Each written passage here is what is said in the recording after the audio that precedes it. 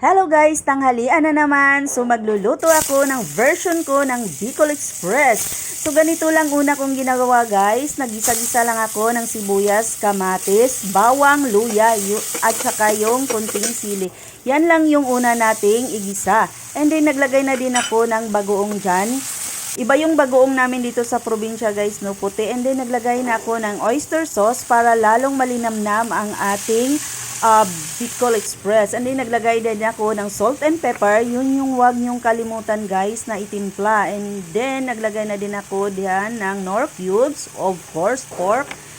Kasi para mas lalong luminamnam ang ating ulam. And then naglagay na din ako ng sili dyan. Nagdagdag pa tayo para talaga umanghang dyan. And then nilagay ko na yung first gata natin, and then hinalo-halo ko na, and then naglagay na din ako ng first gata natin para lalong sumarap ito guys.